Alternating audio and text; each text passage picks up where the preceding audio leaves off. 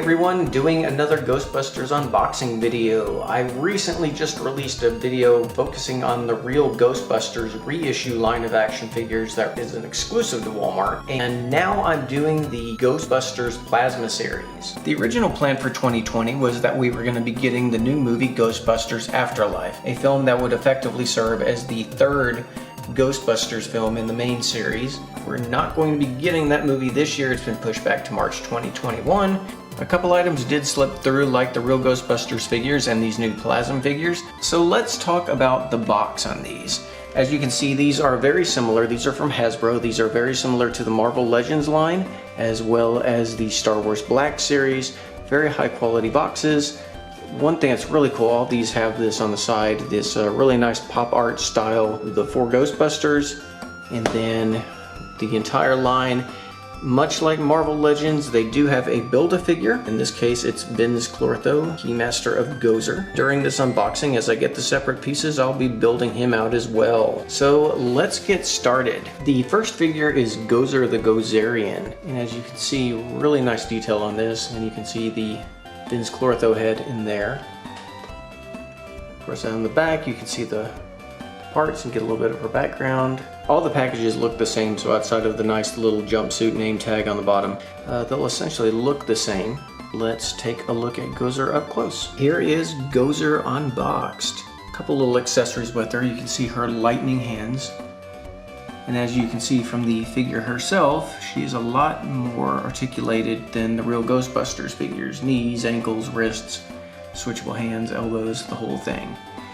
One of the unique little things about the new Plasma series is the nice little background that comes with it. The Ecto-1, Proton Packs, some neat little schematic details that you can find inside the packaging if you choose to keep it in box. So let's take a look at Gozer. Has the bright red eyes, the big flat top, really nice details. You know what's funny, when I was a kid I always thought she wore leg warmers. Nice little thing. Yeah, these are very much in tone to like the Marvel Legends and the Star Wars Black figures. And of course, part 1 of a series, the Vin's head. Really nice, they got the horns accurate and everything. Let me see if I can zoom out. There we are. There's a little bit of a joint action there. So that is Gozer. Here we have Dana Barrett. It's interesting that they chose to call her Barrett for this package because, as you can see, she is very clearly Zool. A couple years ago at Comic-Con, Mattel put out a Zool figure and referred to her as such. But for this one, they wanted to go for Dana. Here is Dana. Now, she doesn't come with any accessories, and as we go along, I'm just going to go ahead and build out the Terror Dog so you can see the construction piece by piece. Pretty close to Sigourney Weaver. You can see all the knee joints and everything, so I mean these figures are very crazy articulated. Hasbro does a great job with these deluxe figures.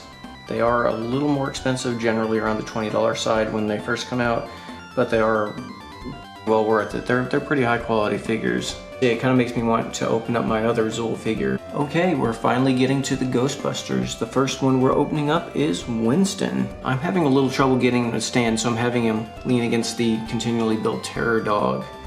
I wanted to show how he looks without his backpack.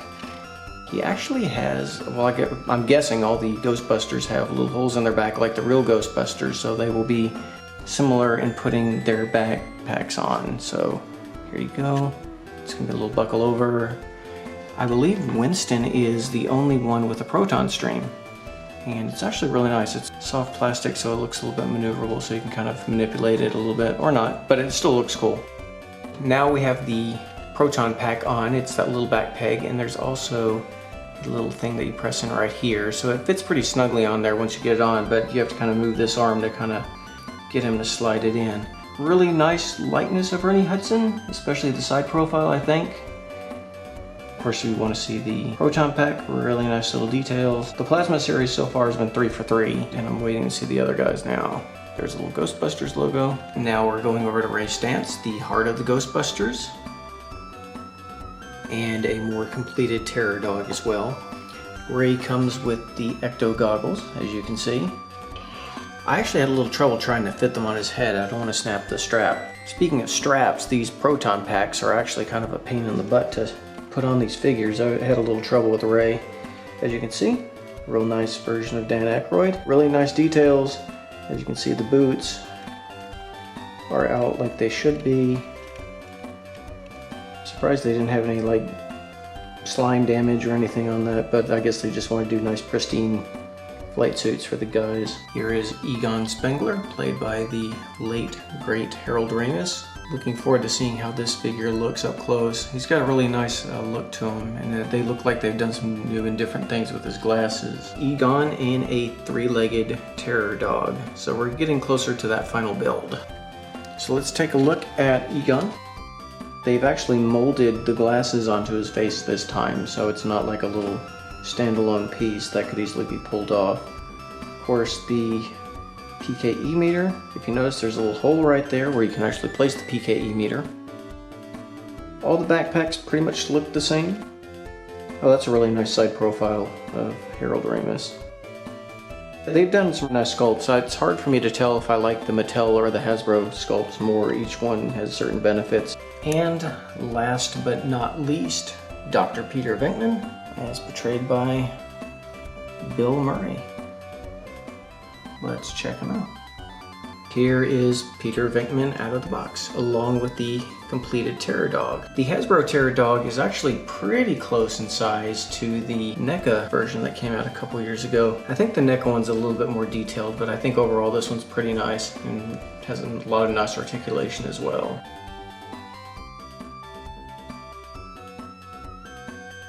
As for Peter, he comes with the ghost trap. Has a really nice little paint job on it. Looks really close to the Mattel replica one I have. And then Peter himself, I don't know, I think I do like the Mattel one a little better than the standard version. I think it captures Bill Murray's face a little better, but they do get the boots correct, and it's still a lot of nice detail to it. Overall, this Plasma series has a lot of great figures in it, and I would like to see them continue and maybe do Janine and Lewis and Walter Peck, and maybe some of the figures from Ghostbusters too, like Vigo. And if you want to, you can even match up these figures against the real Ghostbusters like the IDW comics. Overall, Hasbro did a great job for the Ghostbusters Plasma series. If you're curious about these figures, they're highly detailed, come with a lot of great accessories. The Terror Dog build is worth it. And at least it's something for us to do while we're waiting for Ghostbusters Afterlife. Until that next time, take care.